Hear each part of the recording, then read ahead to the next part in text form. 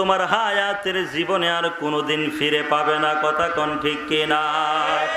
এই জন্য শিল্পী বলছেন, জিন্দিগি তোর জহিরে ফাঁকি দিয়া,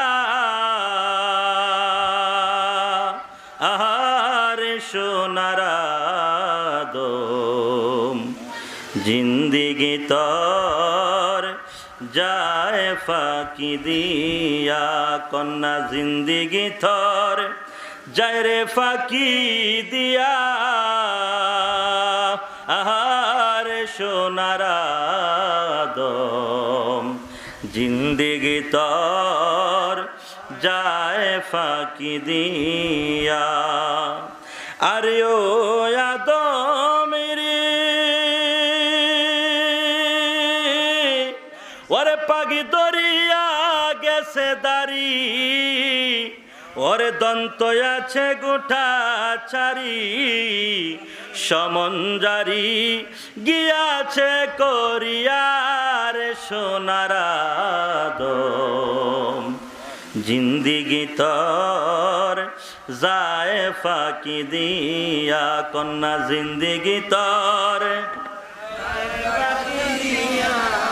আরে সোনার আদম, জিন্দিগি তোর যায় ফাঁকি দিয়া।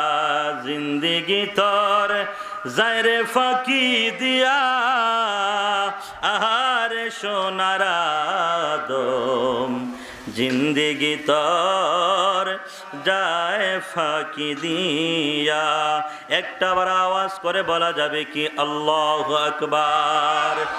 আর একটু ইমানে আওয়াজ নিয়ে, ইমানি চেতনা নিয়ে ডাক দিয়া বলুন, ইয়া রাসূলুল্লাহ। এ আমার মুরব্বী বাবাজিরা গো,